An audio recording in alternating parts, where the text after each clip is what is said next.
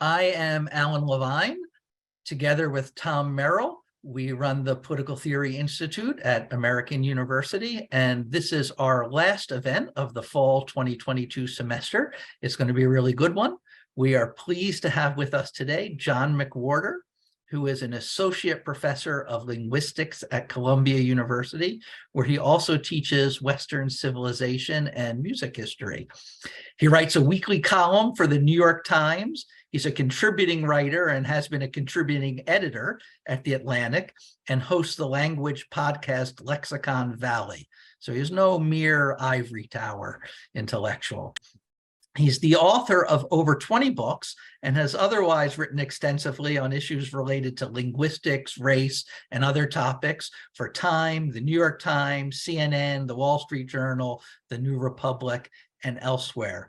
His books on race include Losing the Race, Self-Sabotage in Black America, Winning the Race, Beyond the Crisis in Black America, and Woke Racism, How a New Religion Has Betrayed Black America. That will be our focus today. His books on language include The Power of Babel, A Natural History of Language, Our Magnificent Bastard Tongue, The Untold History of English, Words on the Move, Why English Won't and Can't Sit Still, like literally. That's all part of the title. And 9 Nasty Words, English in the Gutter, Then, Now, and Forever. And I would love to chat with you sometime about all of those nasty words and everything. Students might be particularly talking about nasty words. Students might be particularly interested in his article on policing the N-word that appeared in Time. He earns his BA from Rutgers, his MA from New York University, and his PhD in linguistics from Stanford. And John, it's a real pleasure to have you with us today. Thanks for joining us. Thanks for having me. So I want to start with this. As I understand your views from the book, that you think that racism and white privilege are real. But the question for you is, what's the proper response to it? And a little bit later, I want to talk about your ideas on how to respond to it. But what the bulk of woke racism, your book, is about is the dominant way that we respond to it, the dominant tenet, the dominant thread of anti-racist thought in our country today. And you describe this as third wave anti-racism. Can you just contextualize this for us a little bit? What are the first 2 waves? What is this third wave? And what's wrong with it? Well, basically, the issue is that there was a time when battling for the Black condition was about battling for getting rid of official segregation and disenfranchisement. That happened in the 60s. Then, for about the next 25 years, there was a time when nobody was thinking of it as second wave anti-racism. I'm, of course, borrowing that term from the idea of second wave feminism. But the idea was, okay, it's not only about battling overt prejudice, as it used to be called, but that we also need to think about what's in our hearts. How do you actually feel about Black people if you are a white person in particular? Are you prejudiced deep down inside? Are you a racist? That was valuable. That was a valuable socio-psychological experiment. Now we're in this third phase. And this third phase is one where the idea is that we're supposed to focus on the fact that Black problems are the fault not of Black people, which they aren't, but of racism in the past, of the fact that being white is to harbor a certain privilege. And the idea is that whites are supposed to atone for having that privilege, and there needs to be a large conversation about the fact that to be white is to inherently have more power. And this is the problem. The presumption is that we have to have that conversation, and white people must have this realization before there can be any real change in terms of what race means in this society. That's a very different thing from what Martin Luther King meant. That's a very different thing from what you were supposed to get from watching, say, Norman Lear sitcoms, where bigots were given their comeuppance in the 70s and 80s, where you're supposed to examine yourself for not being, to use a dated reference, an Archie Bunker. What's going on now is something that is extremely ambitious. It's a radical proposal.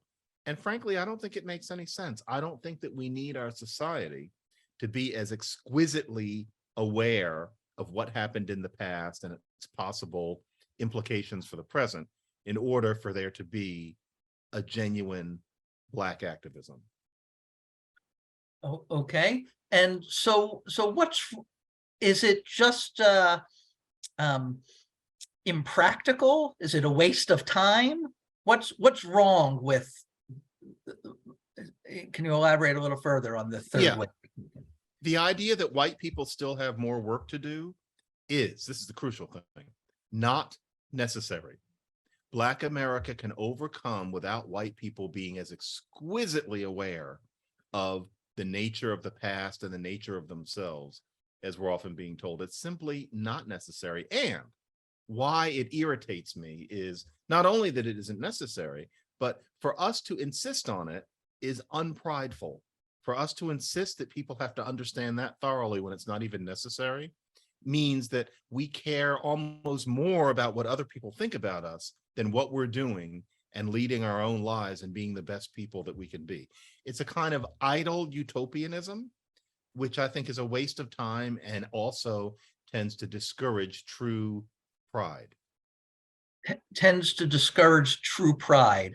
And in your book, you talk about other ways in which you think that this third wave anti-racism hurts Black people. Can you elaborate on some of those as well? Yeah, all of this is, I hate to use the word racist because nobody is thinking of it that way, but these things hurt Black people. And so, for example, suppose poverty makes it more likely that you're going to act up in school. Suppose a disproportionate number of Black boys are poor, which we know. And so suppose that means that in many schools, if boys are going to be suspended for violence, then it's usually going to be the Black boys because a disproportionate number of Black boys are poor, and poor can make you more likely to act up in poverty can make you more likely to act up in school. Now, one way to approach that is to address poverty and its disproportionate influence on the trajectory of a Black life. Another way of looking at that is to say that the fact that more Black boys than any other kind of boys are suspended or expelled from school because of violence is because of bigotry. It's because the Black boys are seen as more violent for relatively unexceptionable actions than other people. Now, if you press that button, many people will feel that that's doing the right thing, that that's proper anti-racism. But the problem is that suppose that these boys are disproportionately committing that kind of violence, and suppose when they do so, they're preventing other Black kids from learning. Because of course, we're also aware of the fact that there is segregation in the educational system. So when these boys are being violent, it's not as if they're, say, giving just desserts to the white kids there because of America's history of racism, which is what I think many people are thinking. It's other brown kids who are being hurt. And yet we have this whole issue of expelling Black boys as a matter of bigotry against Black boys with the alliteration, which makes it sound like it's truth, when really no such thing exists, and studies make it perfectly clear that the disproportion is actually there. And so when you say the disproportion is actually there, what do you, can you just elaborate on that? The disproportion is that in many schools, it is Black boys who are committing violent acts against people, and often teachers, much more than, say, white boys or boys of South Asian ancestry or even Latino boys. It's just there. And it's been shown in one journalistic study after another.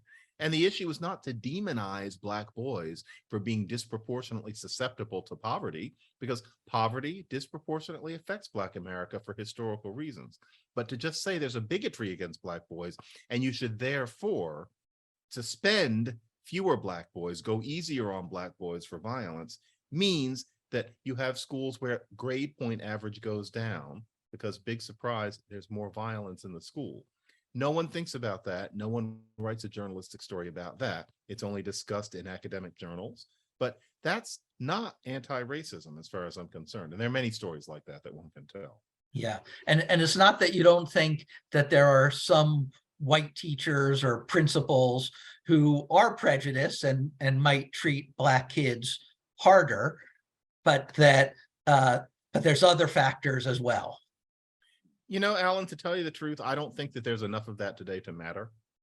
There was certainly that kind of white teacher in efflorescence in the 1960s and into the 1970s. And it had a lot to do with setting a lot of Black kids against school as something, quote unquote, white.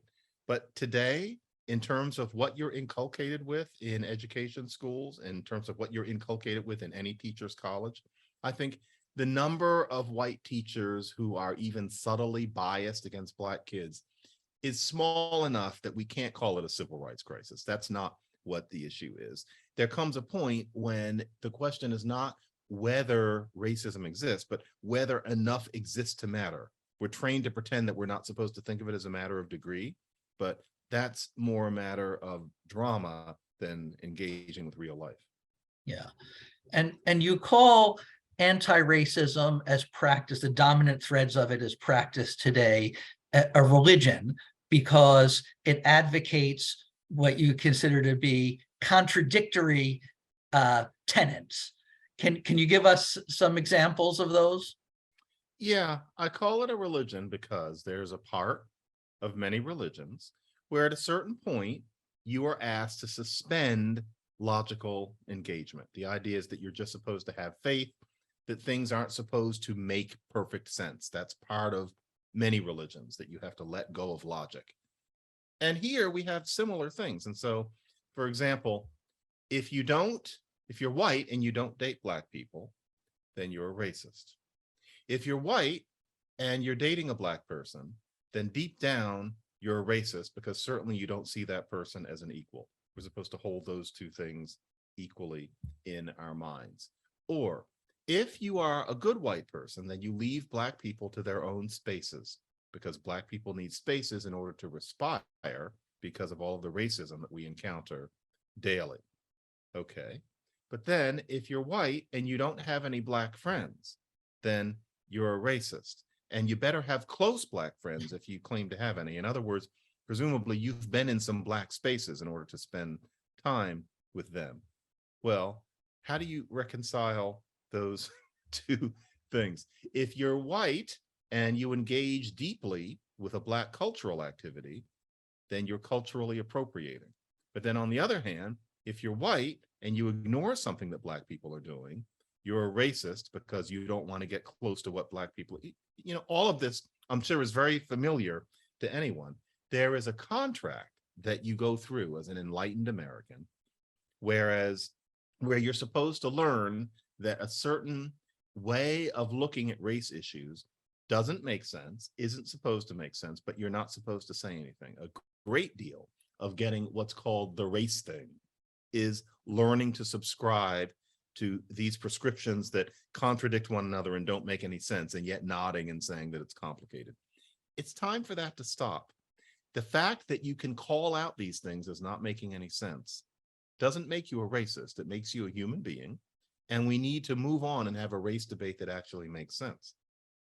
Why do you think that the people who are putting forward these contradictory ideas are doing it? And do you think they're aware of the contradictions? I don't think they think about the contradictions, but what they're doing is they are devoted to a basic paradigm, which is that the intelligent person, the engaged person, battles power differentials between white and other people. The idea is that that is the grand injustice of the history of our species, which could be argued to be true in itself, and that we must battle that. That means that there must be a standing resentment of what you might call white power. All of those things that contradict one another make a certain sense if you realize that to hold either position means that you're complaining about what white people are doing. That's the goal, with the idea being that that complaint consists in itself of a kind of political activism. That fist up in the air, that sense of aggrievement is thought of as a political statement in itself, as opposed to the actual activism that I think civil rights leaders of 50 years ago and before were more interested in than many of the people who today consider themselves their heirs. That's a major problem, the idea that indignation alone, regardless of its coherence, is more important than one, coherence, or two, actually going out and changing people's lives. It's a devolution of what began as a civil rights revolution. Yeah. And this idea of attacking structural power, right? So the common phrase is systematic racism, that it's in all the structures, it's everywhere. And so power needs to be resisted. This is the Political Theory Institute who's hosting you tonight. And so if you'll allow me to point out that this idea of power coming as domination everywhere comes from Nietzsche and through Foucault into the modern lexicon. And so the idea of fighting power in every discipline is common in the universities. From Foucault's point of view, there's nothing to be done about it, right? There's just power and fighting, and there is no neutral point. There is no justice to be achieved. But that's somehow different in the race discussion, right? Because there is some kind of clear vision of what's to be achieved. Yeah, what I think it's less Nietzsche than Foucault in this case, what this concern with power ends up coming down to. And that word is used in a very loaded way in a lot of the way these things are talked about. It's easy to miss the import of that word power. What it comes down to is that fighting the power is the essence, and more to the point that being seen to be fighting it, or to say things that can be taken as supporting fighting it, is as important as doing anything about what power does. There is a general notion that there's going to be a great day when America, quote unquote, comes to terms with race. That's the way it's put. But that is a weird use of language. And I say that not as a linguist, but as somebody who could be a mechanic watching all of this happening and wondering what anybody meant when they say America has yet to come to terms with race. Okay, you fight the power until America comes to terms. What does that mean? What at all comes to terms? Now think about people living in their houses, mowing their lawns. There is a government, there are elections, there are TV shows, people are having kids. What is the coming to terms? It has no meaning whatsoever. It might as well be musical notes. But one talks about this time when America comes to unspecified terms with race. But all of that, frankly, to return us to the religion, is a parallel to the rapture or the great day, which are equally vaguely imagined. The real point is in the here and now, having your fist up in the air, like Malcolm X, and showing that you understand that it isn't Black people's fault, which it never is. Showing that you understand. The idea is that eventually on some great day, all of America will understand that. And then what? The question is, then what? Because if it's about politics, then presumably you have a program. But you don't hear that much about this except to imagine white people apparently wiping their brow and sweating and realizing that they've been wrong. I find the concern with that, frankly, not only puerile, and I mean that word, but also an indication of a profound insecurity in the heart of the race that anybody would swell so much to the vision of that. I would much rather see millions of Black people thriving than to see this prelude of white people saying, oh my God, now we really, really understand. It's all become a melodrama rather than a political program. Let me just tell our audience that we will be taking questions for a good chunk of the second half of today's discussion. So please put your questions in the Q&A function, Right, and so part of your criticism, just building off of, or the next step of what you were just saying, is that rather than being practical and looking for realistic solutions, realistic ways to help the Black community, you see that the current anti-racist movement as more performative. Is that right? I would definitely agree. There was a performance. The deep concern with a psychosocial revolution among whites has nothing to do with what any oppressed group in the history of Homo sapiens has ever demanded. It's an interesting idea. It'd make for a good play, but it has nothing to do with what any other group of human beings has demanded. I do not see that our brown skin makes that demand more urgent, especially in 2022. And I also see it as not only performative, but often just oversimplified. And so, anti-racism, get rid of the racism. Every summer in big cities, there's an epidemic, many big cities in America, there's an epidemic of Black boys and young men killing each other over petty turf wars, over virtually nothing. In the hundreds, the murders pile up. That's a typical Chicago, that's a typical Philadelphia, that's a typical Oakland story. Now, I think we all agree that's a problem. And if anybody thinks that white, Asian, or even Latino Americans have the same problem, they're incorrect. It's a Black issue. I am not stereotyping. Now, what does that have to do with what we're calling racism? Now, you can look in the past and see various manifestations of bigotry and prejudice that would have led to a situation where these sorts of things are much more common in Black communities today than in any other. Certainly, everything has a history. But in terms of what's going on now, for somebody who represents the Black community to stand and watch these upticks in murders and say, this will change when you get rid of the racism, is almost heartless. It's a very abstract thing to say. It has nothing to do with actually trying to get the guns out of people's hands.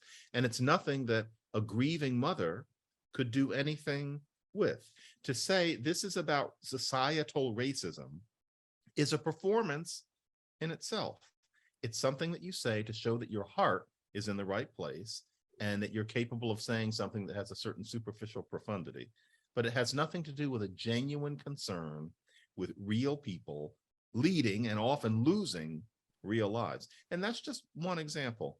To say that everything is about getting rid of the racism is, frankly, if you ask me, and I'm going to say it, it's a fourth grader's proposition of what Black America needs.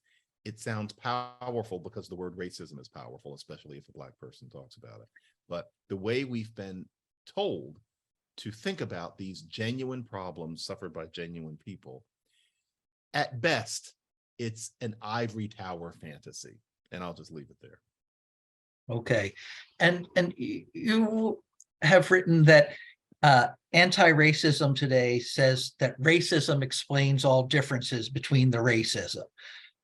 Because if not, then Black people are inherently deficient somehow, right? That's the bipolarity, racism or it's Black people's fault, right? And you call this an oversimplification. You used the word oversimplification a minute ago. I'm going to ask, probe a little further to ask you to complicate it and give us a deeper, a richer understanding of racism and how it works in our society today, right? And in woke racism, you say that it fails to understand the difference between the effects of racism in the past and racism in the present.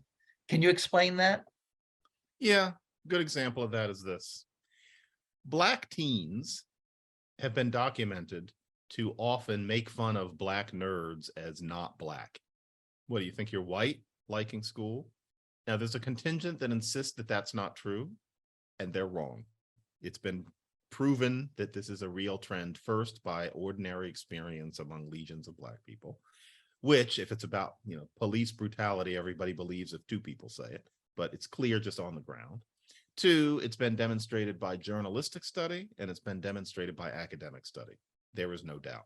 I have no toleration of anybody who claims that that is not true. It does happen. The question is why? Now, many people don't want to hear it because it sounds like you're saying that there's something wrong with Black kids. So if it isn't racism, then it must be some sort of pathology. And it isn't racism. It's not that today white teachers are so hostile against Black kids that they end up coming away feeling like it's the white man's game. That's a 50-year-old story. Life does change. We're not in perfection, but things do change. So it's not racism.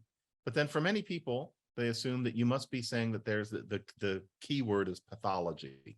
No, what happened was that during desegregation, back in the 1960s, when they started really forcing the issue, Black kids were admitted to white schools where the teachers and the administrators really were racist in that way. This was a long time ago. They're black and white photos we can all imagine. And so when your teachers don't like you simply because of the color of your skin, when you are genuinely over-disciplined, as opposed to what happens in most places today, when even the principal doesn't like you, of course you're going to start thinking that school is the white man's game, which is not what the Black community thought before. Roughly, you can almost pinpoint it. I discussed this in my book, Losing the Race. It starts in about 1966. It's there. No, I don't. I discussed that in Winning the Race, not Losing the Race, but it starts in about 1966. Well, of course, understandable. But then what happens is humanity. The idea that if you are a nerd, you're not one of us, ends up becoming a kind of recreational tribalism, because that's what children do, not Black children, but just children. It becomes one way of being authentic, of being something other than the mainstream. All kids seek that. One way that you can get that if you're a Black kid is to say that school is for white people. That ends up lasting beyond the racism of the white teachers. The generations turn over. You're in the 80s, you're in the 90s, and what started You just froze.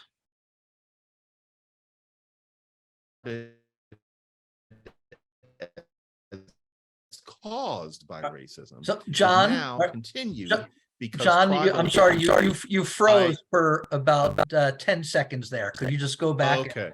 repeat? And I'll just say that something that began as stimulated by racism, caused by racism, ends up thriving beyond the racism because of the tribalism inherent to the human teenager. That's perfectly normal. It's not pathology, it's normal.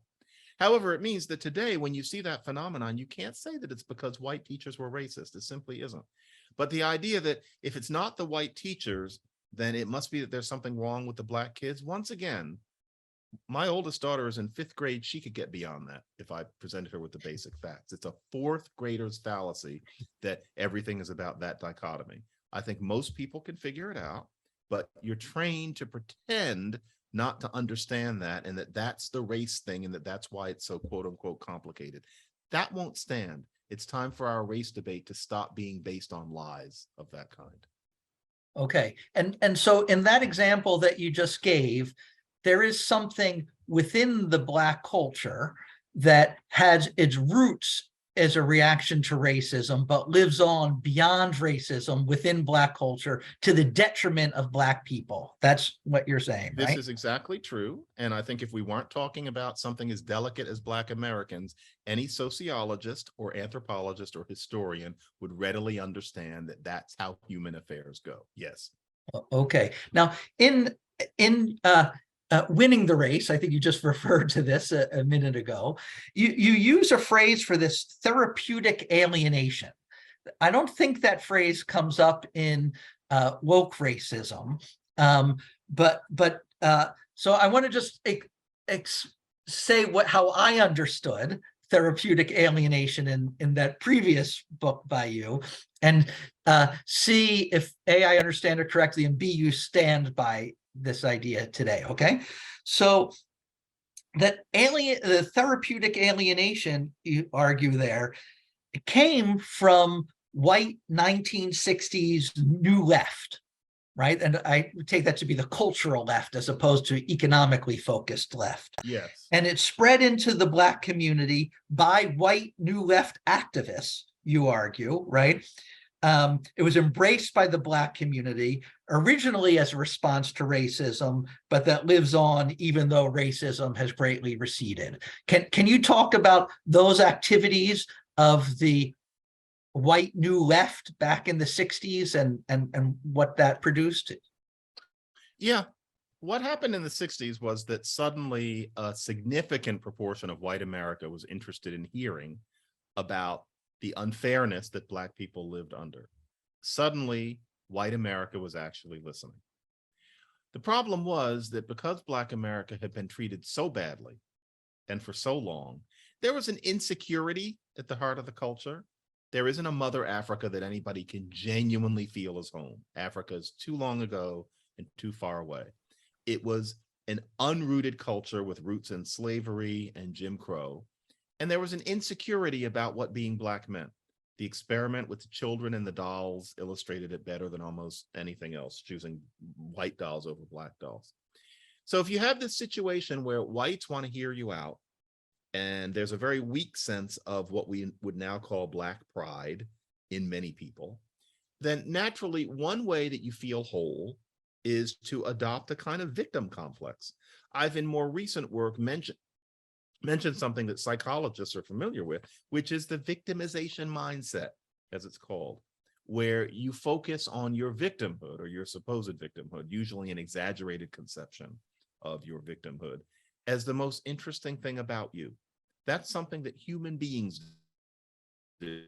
It's not only a Black thing. We all know the noble victim. But starting in the 60s, Black culture was encouraged to OD on the noble victim position. And in 2005, when I wrote Winning the Race, I tried to phrase this as therapeutic alienation. I think I would venture that maybe 2 people I'm aware of have ever read Winning the Race all the way through, and I deserved it. I wrote it way too long. And so therapeutic alienation has never caught on. But then again, it didn't need to, because psychologists already know what that's called. It's called the victimization mindset, which I did not know in 2005.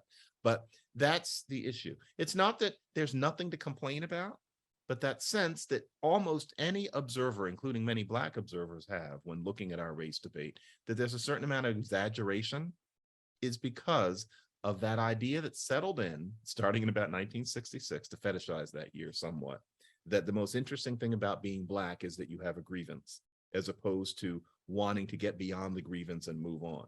In a way, you don't want to move on. And it's not because it makes you money. It's not because it makes you famous. It's not because you're Al Sharpton 30 years ago. It's because you've founded your psychology on a sense that what makes you important, what makes you legitimate, is your grievance. Without that, you wouldn't quite know where to grab on. And therefore you exaggerate, you refuse to allow evidence of progress.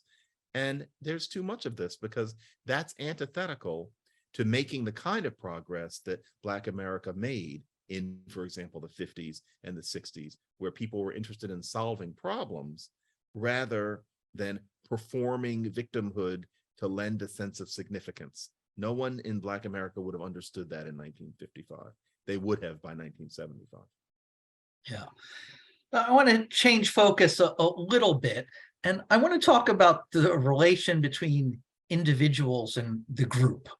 All individuals get meaning and purpose from being part of a group, but yet being part of a group is also tyrannizing over those same individuals, because the group tells individuals this is how to act, this is how to be. And so that balancing the relationship between the individual and the group is a very tricky human problem that everyone in every culture everywhere has to deal with. Our intro political theory class is called Individual Freedom versus Authority. That's one of the main themes that we focus on. And I take it from your reading, you don't have a long systematic discussion on the individual, but it seems to me that that's really your preference of where the locus of meaning in life should come from yourself, right? And I take it that you have pride in being a Black man, but that you probably, I'm guessing here, have more pride in other things that you have accomplished that are more fundamental to you as an individual. Is that right? Do you want to put the individual for first and the group second? Yes, that is very much where I stand. And I am disturbed by the fact that a great deal of what passes as enlightened Black ideology teaches tacitly, and that's what makes it more perniciously, that when it comes to being a Black person, to a certain extent, you're supposed to subscribe to certain tribal beliefs that are about the us, that hopelessly overgeneralize about white people and hopelessly overgeneralize about power. And even depending on who you're dealing with and when, that you're supposed to tailor what you like and what you do and what you find interesting to a certain parochial sense that we are responsible for shepherding things having to do with us because no one else is supposedly interested.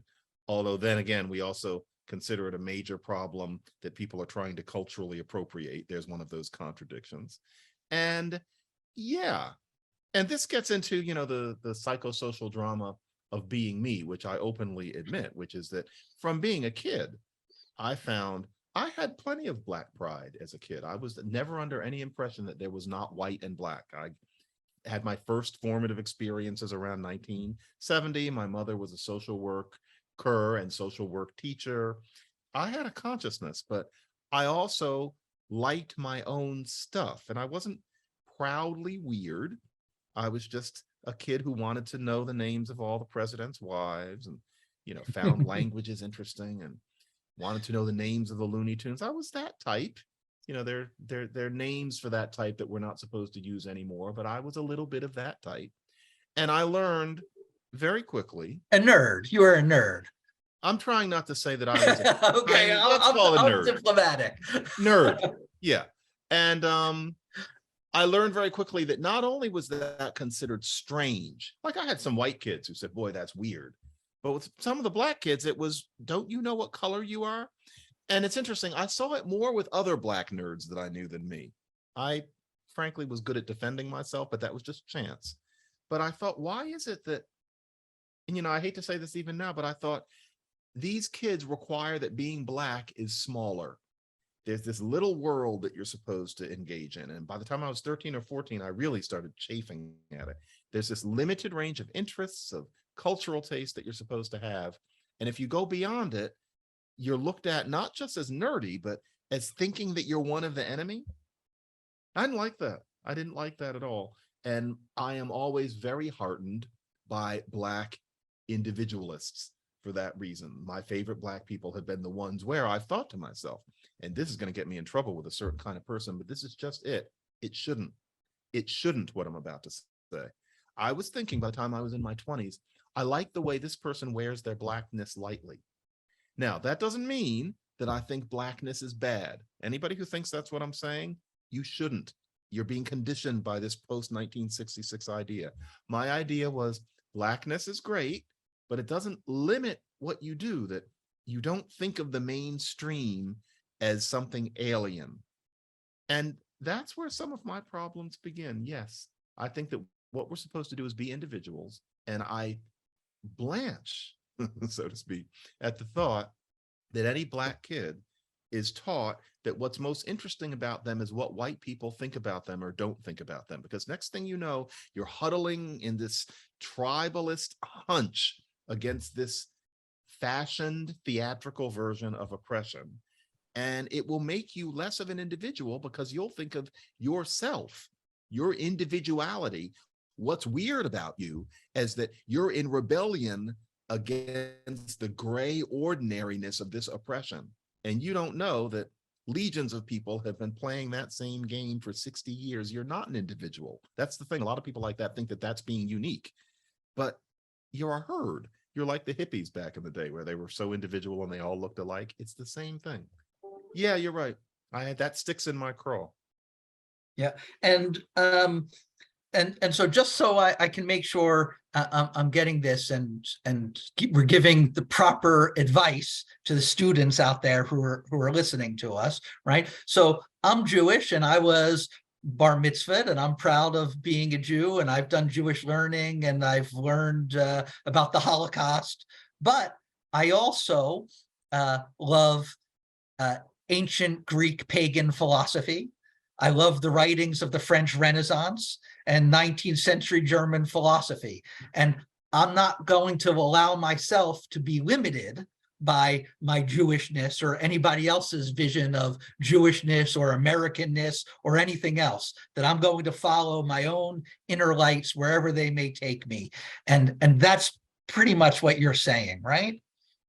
I am, especially given that I think there's a tacit and therefore more pernicious sense that if I, and you and I are age mates, if I say the same sort of thing, I'm much more interesting if I call out my field as white supremacist in some way than if I follow my own lights and study weird things that I just happen to enjoy. I can say that I do those things and nobody's going to throw fruit at me, especially as you get a little older, but it's considered much more interesting if I assail the whole establishment of inquiry as racist. That's considered much more authentic. That's considered to indicate much more that I have the spirit of humanity running through my veins. I disagree. I completely disagree. Yeah. And I think of, you and I went to the same school. We both went to We went to the Friends same Select high school, Friends Select School in Philadelphia. Yeah. Shout out FSS. Very much FSS. And, it was, I don't know what the proportion of Jewish kids there was, but I consider myself to have gone to a predominantly Jewish school. I mean, there were many, many Jewish kids at Friends Select then. There probably are now. And I remember thinking then of the Alan Levines. We didn't actually know each other. That, yeah, he's Jewish. He had bar mitzvah, etc. I remember even then, I wasn't a linguist yet, but I noticed that I was listening to speech traits. And I was thinking, the Jewish kid, there are little things about the Jewish kids' vowels and things I remember thinking, there is a Jewishness. And yet they can do anything they want. They can be in any play that they want down in the auditorium. They have all these different interests. And I remember thinking at the time with the Black kids, and there were a lot of Black kids. Friends Select wasn't like I was one of, 4 Black kids. But I remember thinking with most of the Black kids at Friends Select, I'm not allowed to do anything I want. They consider it too weird. And I think of all of them with great affection now, and I still know some of them. But Black teen culture was limiting in a way that I envy the Alan Levines for not having to deal with. And I'm talking about what is close to 50 years ago now. But all of that was a legacy of the 60s. Yeah.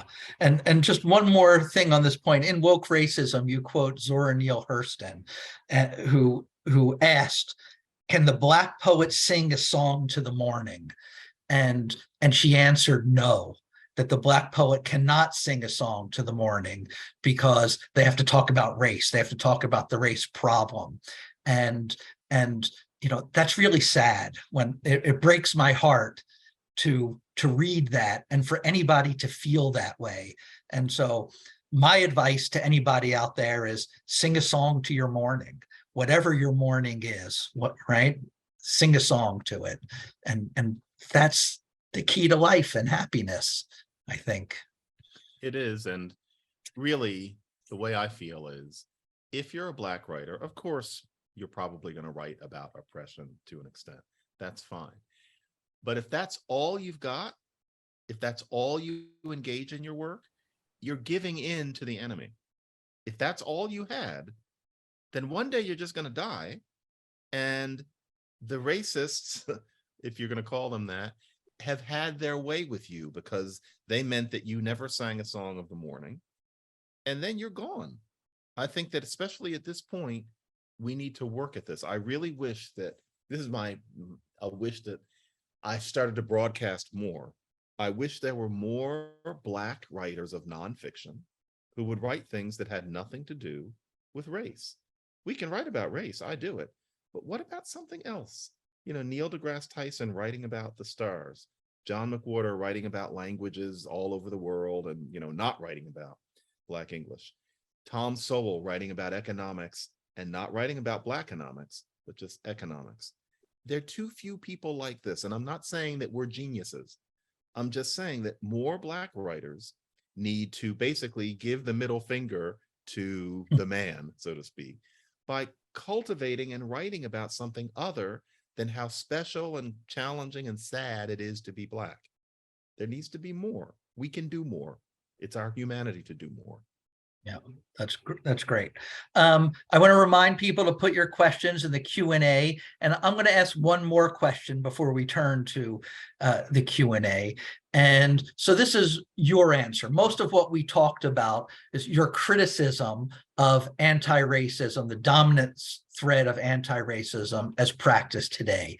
And then your alternative, I think one we just talked about, which is just be more of an individual, sing your own morning song. But in the book, you also have a few practical suggestions for dealing with race in our society today. Can you talk a little bit about those three things? Yeah, my issue here is not simply to complain about the way certain people write editorials. That's not the issue. The issue is that the discussion we have has so little to do with actually helping real people in real life. I'm interested in three things happening that I think would change Black America instantly, including the whole story of Black America and the police. One, there should be no war on drugs. That has destroyed Black communities for several decades with no gain whatsoever. We should teach, especially poorer Black kids, via the phonics method, which teaches you how to sound out words. It might surprise many of you to know that there is a contrary strain in education theory that says that you're supposed to teach kids to recognize words as whole chunks because spelling can be so challenging, and that there should be a more holistic kind of osmosis approach to teaching kids how to read. That's great if you come from a middle-class home with lots of books where you just kind of learn to read through, putting your hand up in the air. But for people who really need to be taught how to read in school, you need phonics. That is civil rights activism right there. And we need to have more of a focus on shunting people, especially from disadvantaged neighborhoods, into solid vocational education so that somebody without a college degree, who quite innocently has no interest in getting a college degree, people don't have to, can get training to make a very solid middle or even upper middle class living working with their hands.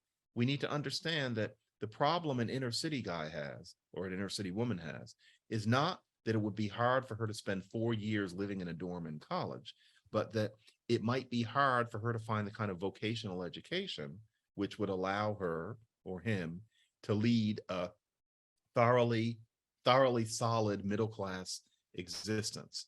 Our uplift efforts must be all about vocational education and not this romantic idea that everybody should have the opportunity to spend 4 years in college. Nobody would have understood that until about 1946.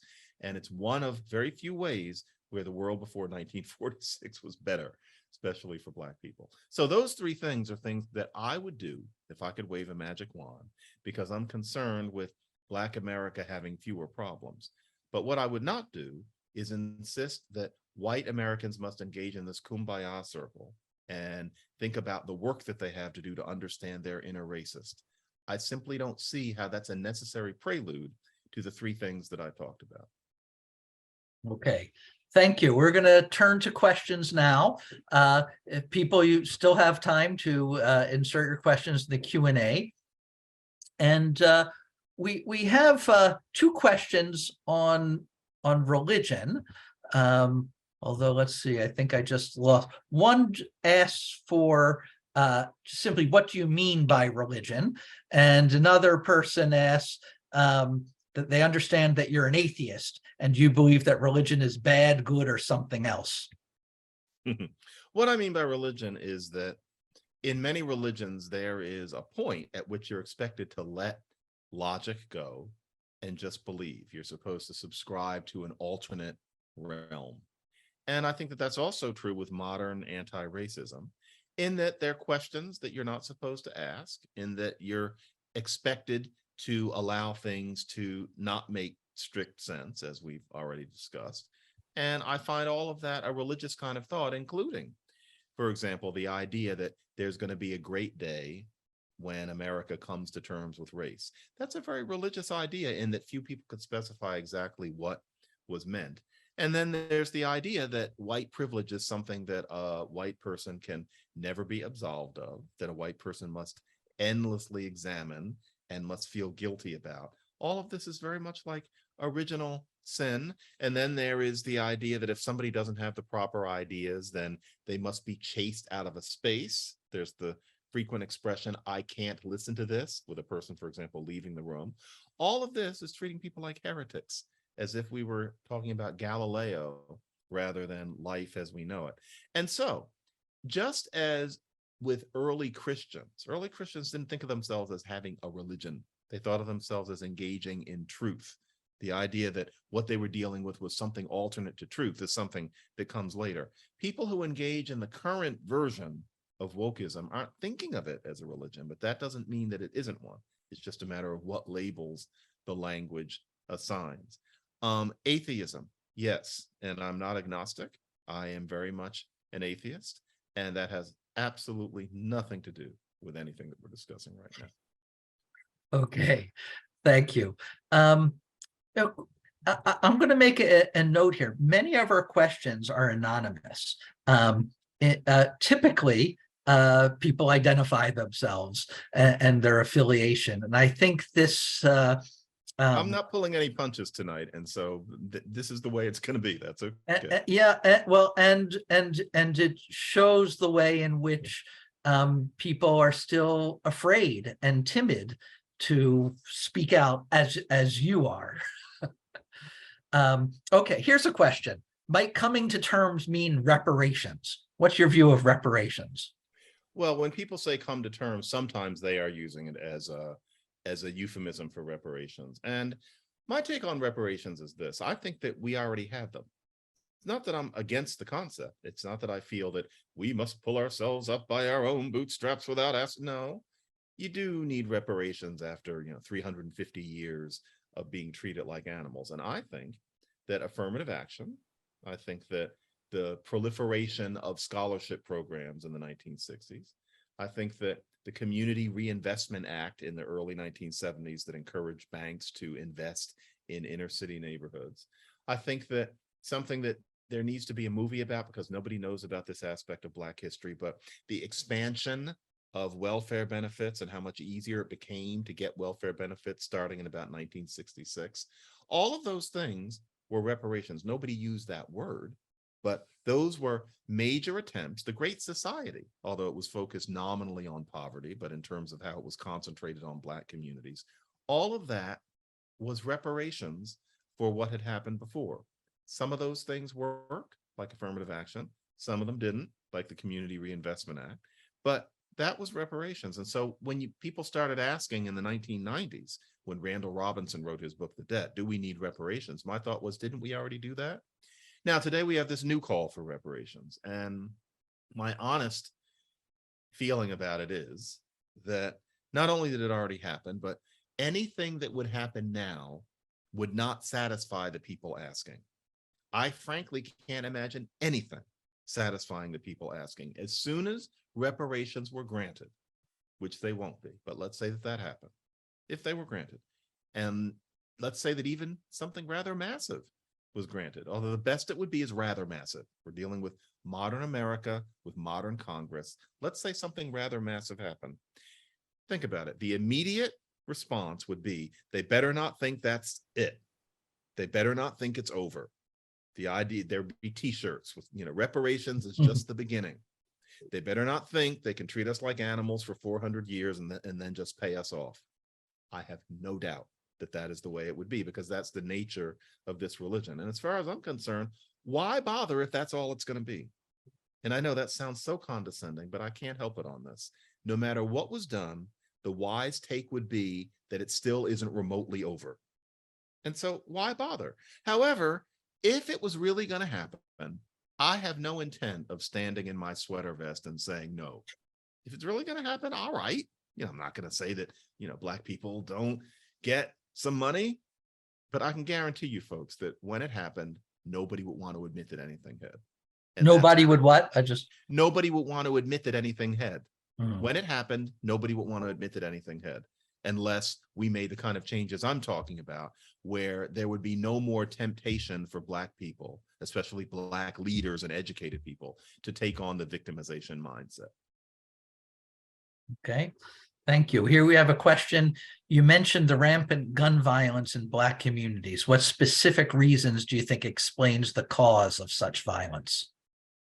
That gun violence is due to a cocktail of factors. One of them is that the war on drugs takes away fathers.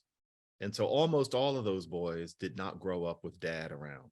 If you don't have that role model, then you are much less likely to have things like impulse control and the like. It's also how easy it is to get a gun in the United States. And that's not about racism. That's about the United States and what a terrible place this is in so many ways.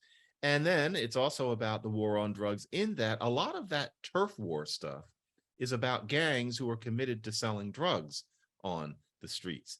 If there were no way to make even half of a living selling drugs on the street, i.e., if there were no black market for drugs and therefore no war on drugs, if that didn't exist, then an awful lot of that would go away. Frankly, that's a lot of why I think that the war on drugs should end. But that is caused by various things, none of which we can today say are because of how white people feel about black people. It's taken on a life of its own. That's what makes it so hard. And just to push a little further and eliminate the war on drugs, what would be the alternative to that from in your view? Like giant companies selling heroin in the drugstores? Literally, yes. You should be able to walk into a drugstore and get a sanitized and registered dose of even heroin or cocaine for a low price. And the reason that I advocate that is not because I am a libertine sort of person, but because if you could get your heroin that way, and if nobody could make even half of a living selling you your heroin on the street, then the people who make their living selling heroin on the street would get other jobs that weren't so dangerous, would be much less likely to put you in jail, would make you frankly more money. And next thing you know, you don't have, for example, so many boys growing up without dads. That would take care of that. Now, would you see an uptick in addiction? Many models say that yes, you would. And this is the thing. This is what pragmatism is. As far as I'm concerned, hopefully that would mean that science would work harder on anti-addictive drug mechanisms and dealing with people's addiction. But for me, if we had a Black America where there was no war on drugs, where Black men met the cops much less often, where Black men were much less likely to go up the river and leave their children without fathers, that would be more important than the uptick in addiction that would probably result in you being able to go to CVS and buy your cocaine. Yes, that is what I want.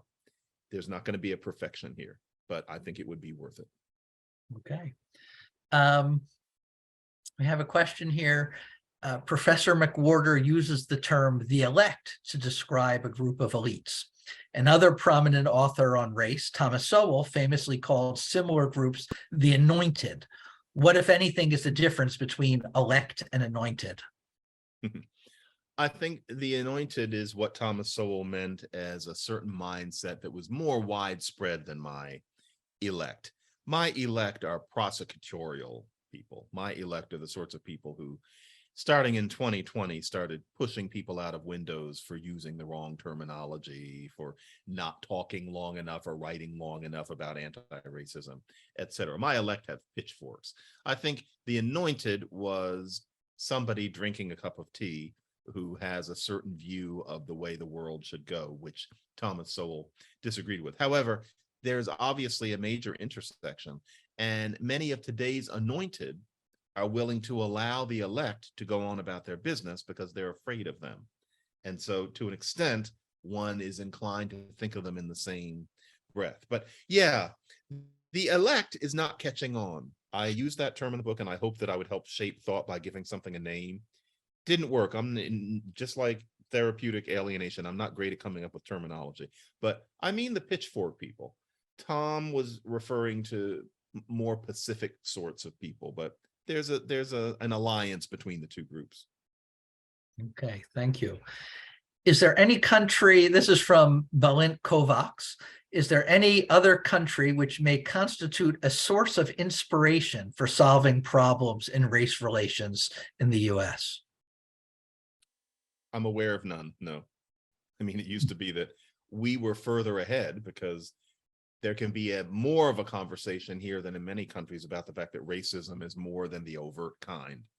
No, South Africa is not the answer to that question. Brazil is not the answer to that question. France and Germany are not the answer to that question. I think if you look around the world, you see that racism is often more overt and more deeply ensconced in society than anything any American could even pretend is happening now. The common story is somebody who goes somewhere else and comes home chastened, realizing that America has gone a lot further than one might think. No, and I may be missing something, but I can't think of that. What I'm seeing, especially since 2020, is that some places where you might want to begin to answer this question, you might say Canada, are instead becoming more like us and sometimes worse in terms of excessive anti-racism. Okay, Belinda, if you have any suggestions for countries that we should look at, put them back into the Q&A. Here is another question. What are some examples of quote unquote realistic solutions to issues facing the Black community? I think we did that with my 3 things. That would be my answer. Okay. Now, okay, we have a question from Sunyata. Would it be possible for you to elaborate on your thoughts about phrases such as systemic racism? Things such as redlining in Chicago led to the decrease in jobs in the South Side community, and that is still present there today. Would you consider something like that systemic racism? Or has society progressed enough that the effects of redlining do not matter? I'm going to answer that by saying that that's a good example. First, let's say that redlining was racism. It's a long time ago now. It was officially ended in 1968, and there was a hangover, but you're not going to get it past, say, the mid 70s. So can racism from the past have legacies in Black America now in terms of, for example, wealth accumulation? Certainly. However, to say Black Americans suffer from institutional racism in 2022, where part of what you're referring to is a policy that was outlawed in 1968, is very athletic.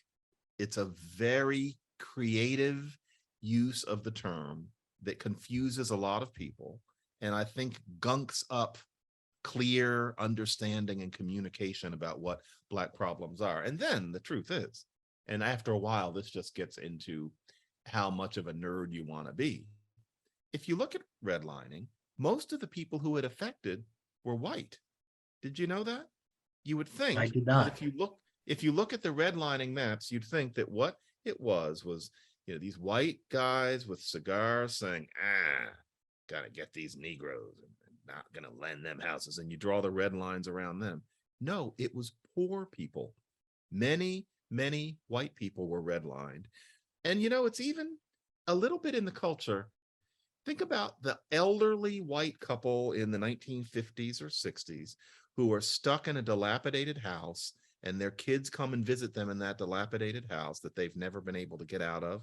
They were victims of redlining too. That's been shown in a couple of recent studies, and there is no denying it. Most people who were redlined were white. Now, a disproportionate number of people who were redlined were Black. But it wasn't the story that we're often told, which is that brown people's houses were knocked out of the market. You would have assumed, I don't find it hard to imagine somebody doing that in 1935. That isn't what it was about. You end up being one of those people who says it's all about class. And sometimes it isn't, but that mostly was. Black people took the brunt of it more because more Black people were poor. But it wasn't done to get Black people. It was done to get poor people. Okay, thank you. We have another question here. We've touched on this, but I'll ask it and see if you want to elaborate on anything. Do you believe that policies and practices enacted during Jim Crow have contributed to the disproportionate poverty rates that we see along racial lines today in the U.S.? If so, do you think that federal and state governments are doing enough to combat this? Okay. Yes, I do think that the past created the statistics of the present. However, the question is, my general theme is, what do you do here in the present? Then the next question is, how do you combat poverty? The thing is, no one knows. That's really a tough question. Now, you might say that it's reparations, in which case I would ask, what kind? And given to who? And how do we know that they would have long-term effects? These are questions. So, how do you fight poverty? Many people try.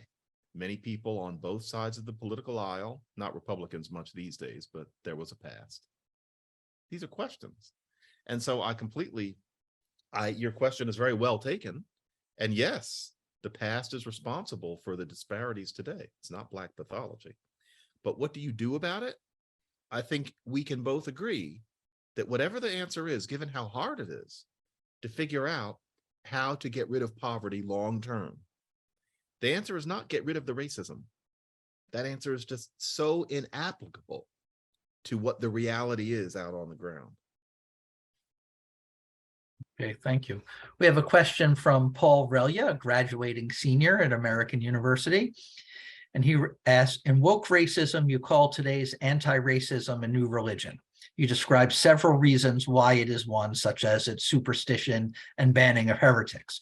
Historically, some religions have had contingents that use the belief system to justify violence.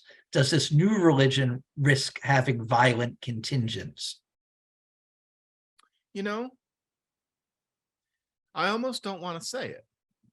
I'm glad that only so many people are listening.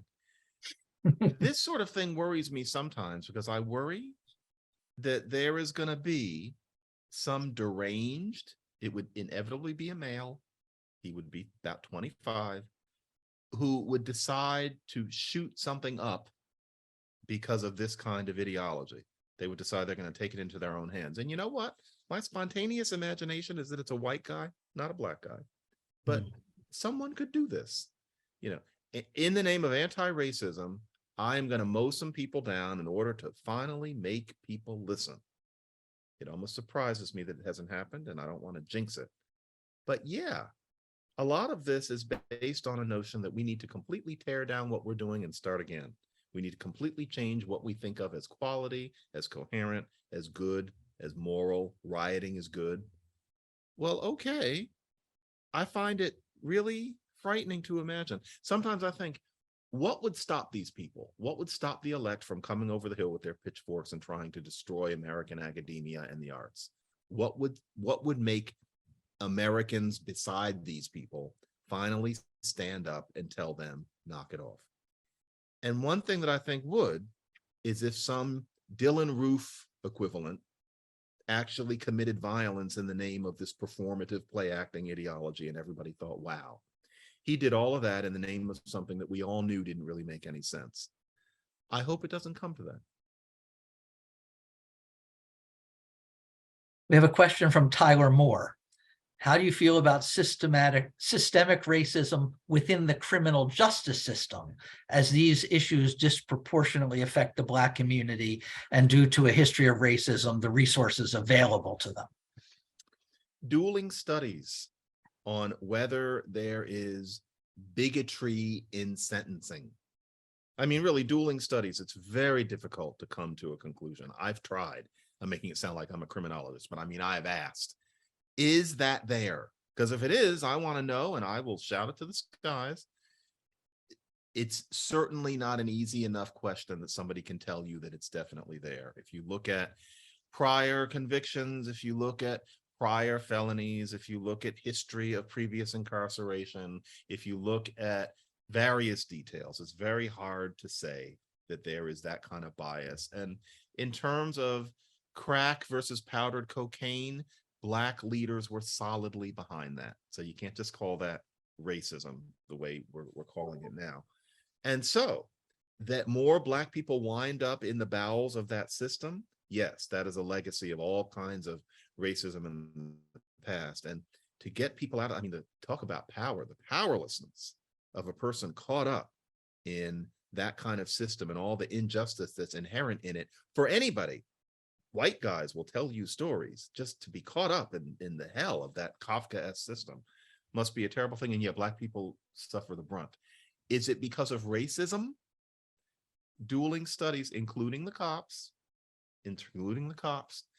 do the cops kill more Black people than white people when there's a tight moment? There are now 2 studies that say, no, white cops are not as nice to Black people. That's racism.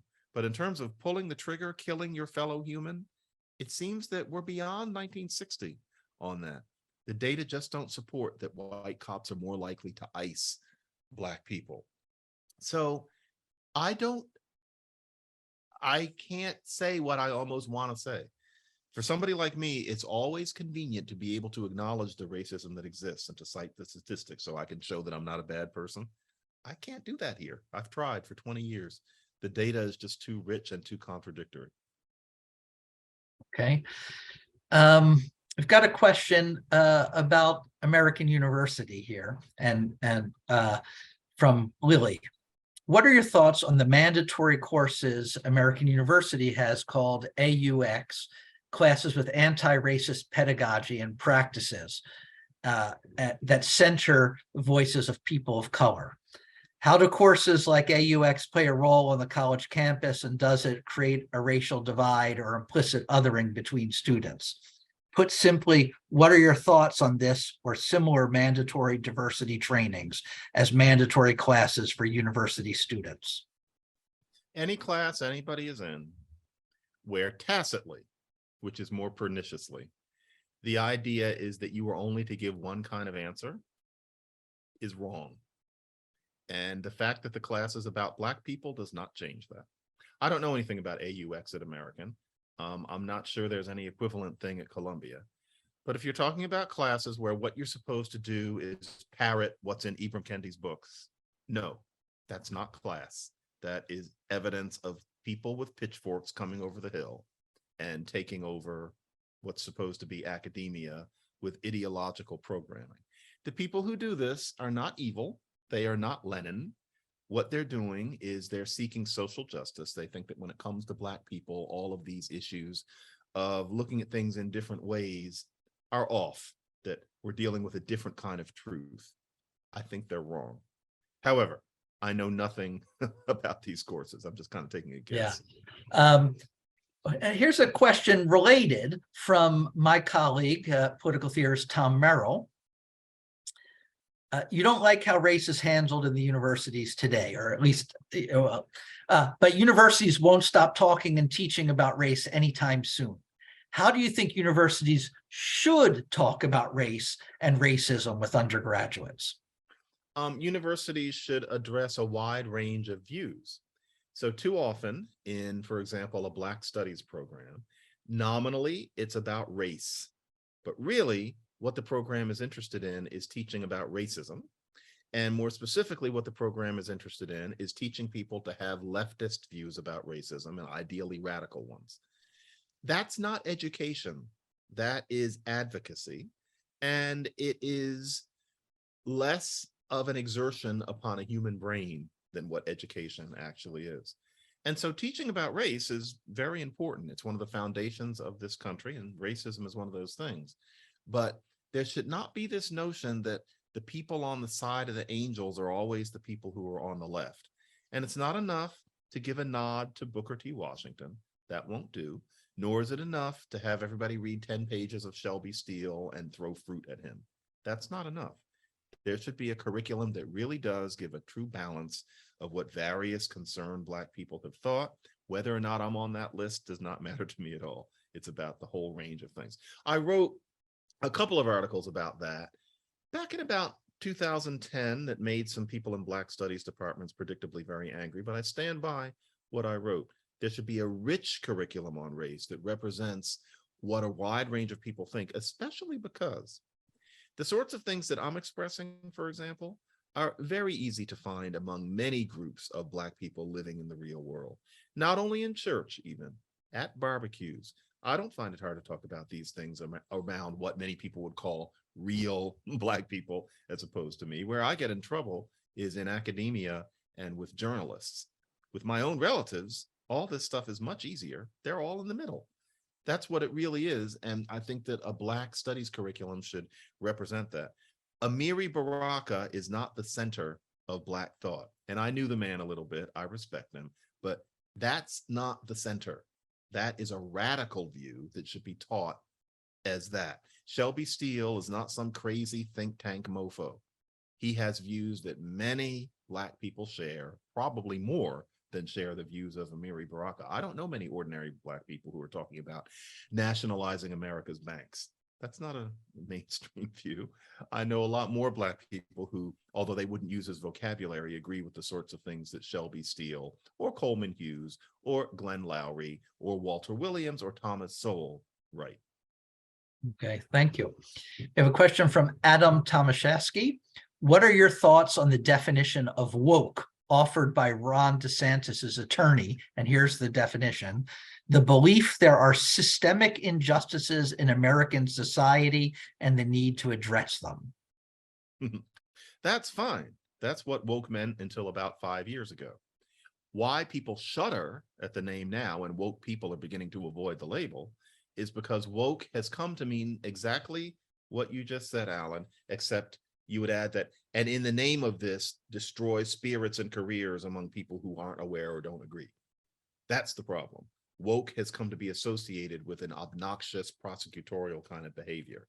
And that, frankly, is a certain subset of woke people's fault. Okay, thank you. I've got a question here from, oh, I just lost it.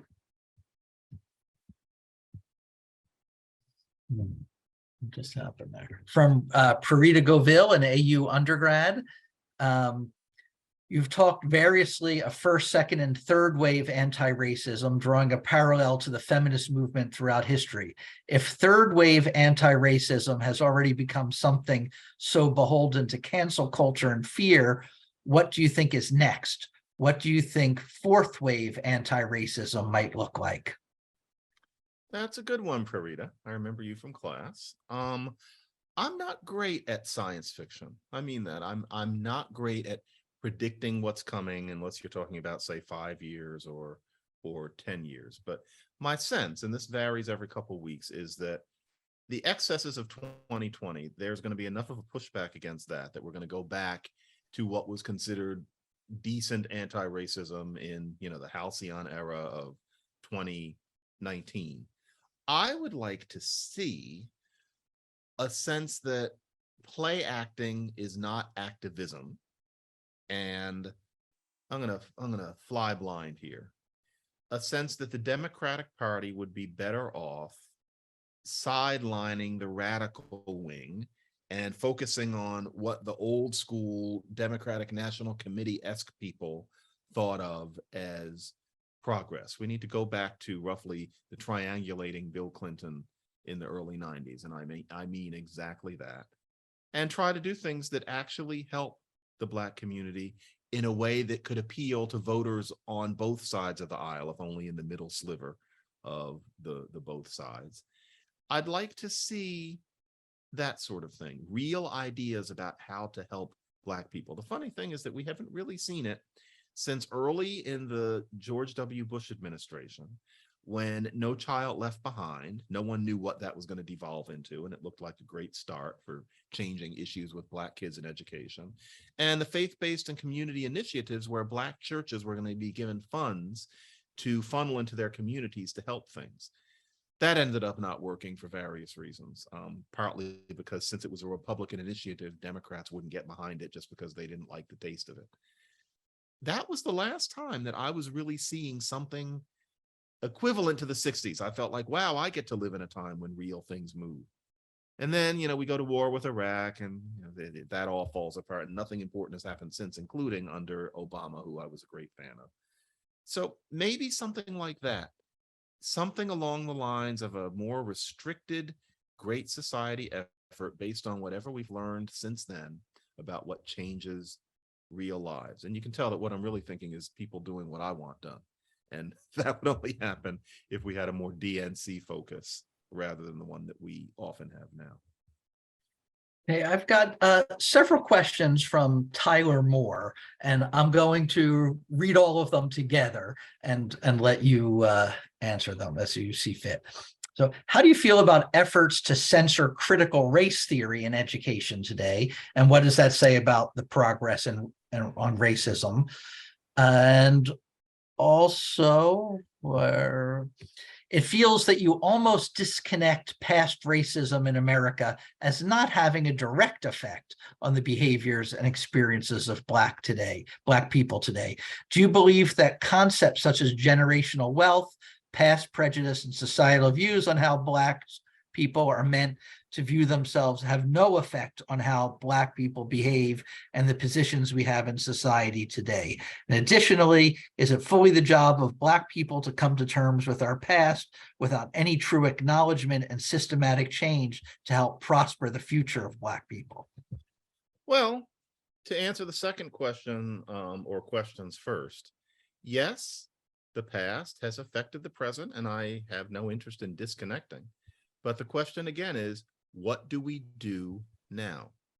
And I do not think that what we do now necessitates such concentrated focus on teaching white people what their responsibility was. That sounds good, but the truth is, we can do perfectly fine without people having all of that exquisite understanding. The way out is not always what the reverse of the way in. And how does that go? The way in is not always the reverse of the way out. I've lost the expression, but you see what I mean. Sometimes you can't put the toothpaste back in the tube. And so I understand the issue that we need to talk about the past in order to move on. However, I'm not sure that I espouse it. I think that we tend to focus on it partly because it's easier to shake your fist at things that happened before and tell white people they have a debt to pay than to tell them exactly what they're going to do to pay it. We have to challenge ourselves. And then as for the first thing, as far as I'm concerned, wait, what was the first question? I thought I was holding it in my head. About the critical race theory coming Yes. under attack in the Yeah. public square. When we talk about critical race theory, we have to be very careful because there's this card trick that people are playing, which is that if you complain that fifth graders are being taught critical race theory, somebody objects that nobody is teaching them these obscure law articles written 40 years ago. No one said they were. When we say critical race theory today, what we mean is ideas based on or flowing from what was in those original papers. So a teacher can be teaching CRT at having never read those papers, having had no reason to, and not even thinking of themselves as teaching CRT. But when you're teaching people a way of looking at things that focuses on one group as the oppressor, one group as the oppressed, focusing on the ways in which that other group is oppressed, and teaching us to question basic concepts of what, for example, morality and justice are, which is part of CRT, focusing on an idea that we look at what brown people do, feel, and say through a different lens than we look at what white people do, feel, and say. All of that is the critical race theory that Kimberly Crenshaw and Regina Austin and Richard Delgado would stand seriously behind. Their names aren't being taught, their papers aren't being taught, but the concepts are often being taught. And where they are, it's legitimate to question whether children should be taught these sorts of things. Not teenagers and grown-ups, but children, especially in 2022. And so to just add on with that question, so for you made a distinction between teenagers and children and grown-ups. So can it be helpful to Black people for whites to have an appreciation of racism and in our country in the past? Sure, and that had already happened. They don't need to have more than they did before, say, March 2020. That job was already done. That job was pretty much done by the 1990s. White people learn enough. To say that white people need to learn even more is recreation. It's not activism. Okay. We've got a question here from Sarah S. Knowing you are a big musical theater fan, how do you view the role of theater and the arts in expanding the public's perspective on race-related topics and advancing racial equity? Theater can teach. I'm not against that. Theater that's devoted only to teaching tends not to be very good theater. And, the market tends to express that, not to mention artistic opinion. But the reason that I like musical theater is because being an atheist, it is my church. That's what I get out of musical theater. Can it teach? Sure, that can happen. Especially more serious musicals. Caroline or Change is a great way to, this is a music, the music is by Janine Tesori and the book is by Tony Kushner. That was a musical, that is a musical where you can learn about what a Black maid 60 years ago was going through mentally and financially while working in affluent white Jewish people's house. Yes, that's true. However, that's certainly not my main interest in theater. For me, theater is a relief from how nasty real life and its lessons are. But yes, theater can teach with grace.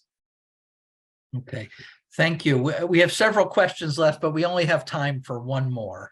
And so this is from my colleague, Sarah Hauser, who tells us that in the student session, you stated that the best way to deal with the third wave anti-racists is not to engage with them. But she asked, how do you respond to them when they're responsible for shaping policy, especially in academia, so you can't just ignore them? Yeah, that's a major problem. As I said in that previous session, there are times when you have to tell people like that no. And that's something that I'm seeing not happen in so many corners of academia that it really does chill me to my socks. So yes, you have that kind of person who, in all innocence, thinks that they're doing social justice by shaping policy that condescends to and or hurts Black people. And sometimes the people are Black themselves, as often as not, they're white. A lot of these people need to be just told no, because very often most of the people in the body in question don't agree with this, and over a glass of wine will say so, but are afraid of being called out by the one or two colorful characters in the organization if they said anything against it. It's time to stop being so afraid of those people because, for example, I'm worried that my own field is gone. I've heard that anthropology is. I'm watching it happening to musicology. And I'm told that history is in trouble too, in terms of people knuckling under to this play acting recreational agitprop over actual intellectual engagement. It's scary. I am relieved that I apparently got into academia, at the last, I'm the last generation to just jump into an academia that actually deserved the name. And I'm beginning to worry about whether I should tell young people to even join it. And that's a feeling that I never thought I'd have before. But we need more Spartacuses. People need to stand up to these people and understand that being called a racist on Twitter often is something that you can withstand, especially since there might not be Twitter soon. Well, thank you very much for joining us. You said a lot today in this session, and I thank you. Would you like to conclude with a final word of wisdom for American University students? Yeah, I'm getting to that age where I can at least fake wisdom. I would say this, which is that if your response to something that you've heard is fear, inside you have an answer, but you think you're not supposed to say anything, you're not supposed to even think anything because you're afraid, listen to that and think what you're thinking and consider saying it. And not everybody can do that, but consider saying it and knowing the response that you're going to get. There's a certain kind of person who is going to call you names. They're going to do it. And just let the wind blow past your ears and stand tall. To the extent that you can do that, you're being a truly good and truly anti-racist citizen in the moment that we live in. But you've got to be brave. Don't let nonsense go by you, even if it's being presented as what Black people need, because often what we need, believe it or not, is sense, not drama. That's about the best I could do. John McWhorter, thank you very much for joining us. Everybody in the audience, thank you for being here and thank you for your question. Good night, all. Thank you, everybody.